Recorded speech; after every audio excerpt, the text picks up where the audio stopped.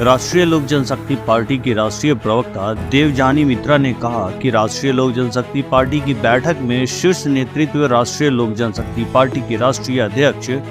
सह केंद्रीय खाद्य प्रसंस्करण उद्योग मंत्री श्री पशुपति कुमार पारस के निर्देशानुसार बैठक में आए सभी जिला अध्यक्ष, प्रदेश पदाधिकारी और सभी प्रकोष्ठ के मौजूदगी में निर्णय लिया गया कि 28 नवंबर 2023 को पार्टी की स्थापना दिवस हाजीपुर के अक्षय वट राय स्टेडियम में मनाने का फैसला लिया गया है। इस कार्यक्रम की तैयारी को लेकर पार्टी की ओर से जगह जगह कार्यक्रम किए जा रहे हैं और स्थानीय नेताओं के द्वारा तैयारी को अंतिम रूप दिया जा रहा है। 28 नवंबर को हाजीपुर में बहुत ही बड़े संख्या में हमारे पार्टी के कार्यकर्ता तथा राष्ट्रीय जितने भी बड़े वरिष्ठ लीडर्स हैं, प्रदेश के मुख्य जितने भी लीडर्स हैं और कार्यकर्ता सब मिलके बहुत ही बड़े तरीके से हम लोग अपना स्थापना दिवस 28 नवंबर को हाजीपुर में मनाने वाले हैं। और उस दिन हम लोग 2024 की लोकसभा चुनाव की आगे आने वाले किस ढंग से हम लोग एनडीए के साथ हैं, किस ढंग से आगे जाएंगे, सारे चीज़ों के बारे में विस्तृत जानकारी आप सबको मिलेगी। बहुत खुशी होती है 28 नवंबर के बारे में बात करते हुए। संस्थापक स्वर्गीय श्री रामविलास पासवान जी, हमारे पद्म भूषण स्वर्गीय श्री रामविलास पासवान जी ने कभी इतना बड़ा ड्रीम, इतना बड़ा सपना देखा था, जिनके वजह से आज हम लोग honourable minister sir Shri Pashupati Kumar Paras ji के नेतृत्व में, हमारे सांसद श्री प्रिंस राज जी के नेतृत्व में वहाँ पे बहुत ही बड़े संख्या में, बहु संख्या में सब आ रहे हैं। और सबसे ज़रूरी बात यह है कि बिहार की जो स्थिति है, उस स्थिति को देखते हुए इस कार्यक्रम में हम लोग आने वाले चुनाव के साथ साथ और क्या क्या चीज़ें कर सकते हैं उसके बारे में भी जानकारी दी जाएगी। और साथ में आप सबको छठ पूजा की बहुत सारी बधाई, और हम उम्मीद करते हैं कि आप सब मिलके इस कार्यक्रम को बहुत बहुत बहुत सक्सेसफुल के साथ साथ हम सब उस दिन वहाँ पे होंगे, हम भी वहाँ पे होंगे, हमारे बाकी बहनें भी वहाँ पे होंगे। और हम चाहते हैं कि हम लोग मिलके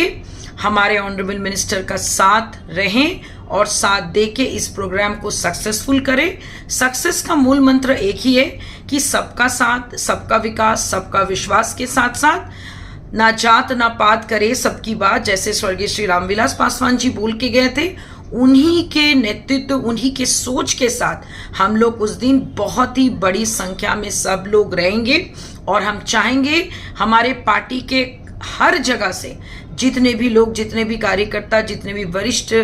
हमारे नेता लोग हैं, हमारे वरिष्ठ जितने लीडर्स हैं, सब उस दिन आए और इस कार्यक्रम को सक्सेसफुल करें। बहुत अच्छा लग रहा है ये सोच के कि बहुत सारे फ़ोन कॉल्स, बहुत सारे मैसेजेस आ रहे हैं कि हमें आपकी पार्टी ज्वाइन करनी है, हम लोग भी उस दिन वहाँ पे रहेंगे। इसी को कहते हैं नई आगाज़, और इस नई आगाज़ के साथ हम सब आपसे मिलेंगे 28 नवंबर को हाजीपुर में। हम एक ऐसे राज्य के पार्ट है जिस राज्य में 30 सालों से कुछ ऐसा बड़ा, चाहे इंडस्ट्री हो, चाहे हेल्थ रिलेटेड हो, या चाहे कोई भी बड़ा मुकाम हासिल करने में हम हमेशा पीछे रह जाते। चाहे वो नीति आयोग की रिपोर्ट हो, चाहे वो लिटरेसी की रिपोर्ट हो, हर चीज़ में बिहारी आगे है, लेकिन बिहार आज भी पीछे है। कारण बहुत सिंपल है, क्योंकि हमें हमारे राज्य में चारों तरफ दंगे, खून और दुष्कर्म से हमारे राज्य को बचाने में असमर्थ हमारे ऑनरेबल सीएम और हमारे ऑनरेबल डेप्यूटी सीएम दोनों को हम यही बोलना चाहेंगे कि अचानक से आपके हाथ में महागठबंधन के साथ जाते साथ ही चीज़ें पता नहीं क्यों इतना खराब हो गया। अभी हाल फिलहाल में लखीसराय में आप देखिए कैसे छठ से लौटती हुई परिवार को गोलियों से भून दिया जाता है, जबकि उनको बहुत पहले से ही बहुत सारी धमकियां मिल रही थी। लड़की शादी नहीं करना चाहती थी, जोर जबरदस्ती उनके साथ शादी दी। आज मुझे बहुत दुख होता है ये बोलते हुए भी, 21वीं सदी में हम लोग हर वो चीज़ हमारे पास अवेलेबल है, हम लोग हर जगह हर चीज़ को एक सर्च में पा सकते हैं। तो क्यों बिहार की ये स्थिति आज भी वही है? क्योंकि कहीं ना कहीं कास्टिज्म के नाम पर,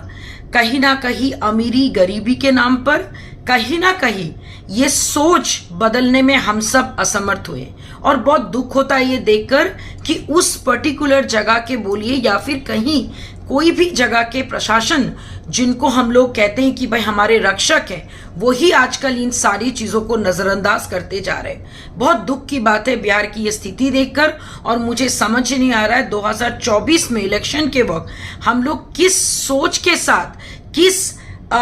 एक साहस के साथ हम अपने माताएं बहनों को बोलें कि भाई आप मतदान करके अच्छे और एक प्रॉपर डेवलप बिहार की कल्पना करें। कहीं ना कहीं सुरक्षा व्यवस्था की बहुत बड़ी चूक है। उन सारे इलाकों के जहां जहां दंगे हो रहे हैं, जहां जहां लोगों के साथ गोलियों से भून दिया जा रहा है, जहां पे औरतों की सुरक्षा आज भी एक क्वेश्चन मार्क है, उन सारी जगह पे तुरंत कार्रवाई होनी चाहिए। और उससे पहले ऑनरेबल सीएम साहब, ज्ञान आपने विधानसभा में देने के बाद, जातीय जनगणना हो या आपके अचानक से जो रिजर्वेशन की बात हो, वो सारी चीजें बात की बात, लेकिन जो लोग बिहार में बचे हुए हैं उनकी सुरक्षा के लिए आप क्या कर रहे हैं? उनकी सुरक्षा की सोच क्या आपके अंदर नहीं है? क्या आप नहीं चाहते कि यहाँ की आधी आबादी तथा साथ साथ जितने भी लोग हैं, जितने भी बचे कुछ बिहार के लोग हैं, वो आराम से सांस ले?